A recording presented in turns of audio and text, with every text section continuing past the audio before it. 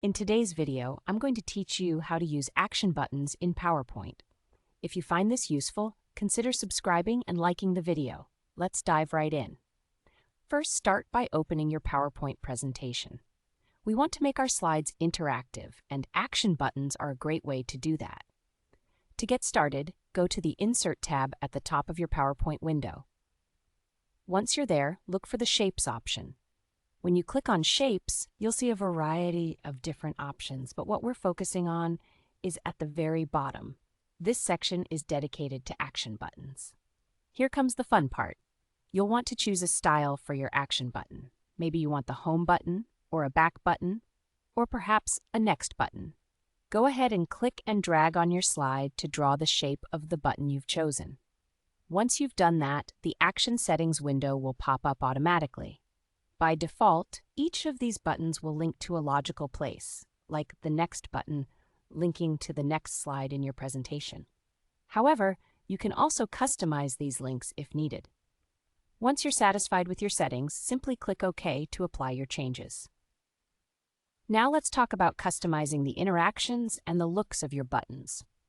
If you want to edit a button after it's been created, click the Action command on the Insert ribbon. This will allow you to get into even more interactive features. For example, under the Mouse Over tab, you can set up what happens when someone hovers their cursor over the button.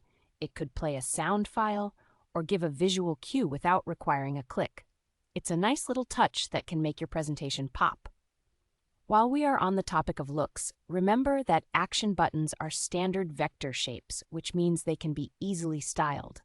Click over to the Format tab to change the color, modify the style, or even swap the shape entirely to fit your theme or colors. Your creativity is your only limit here.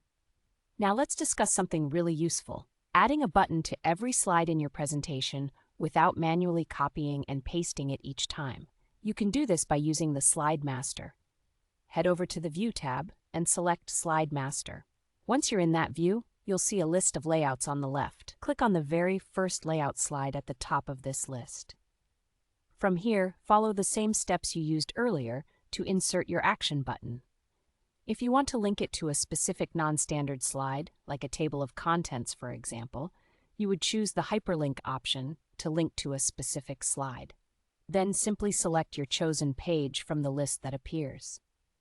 Before you finish, if your button gets hidden behind the background of your presentation on some slides, there's a way to deal with that.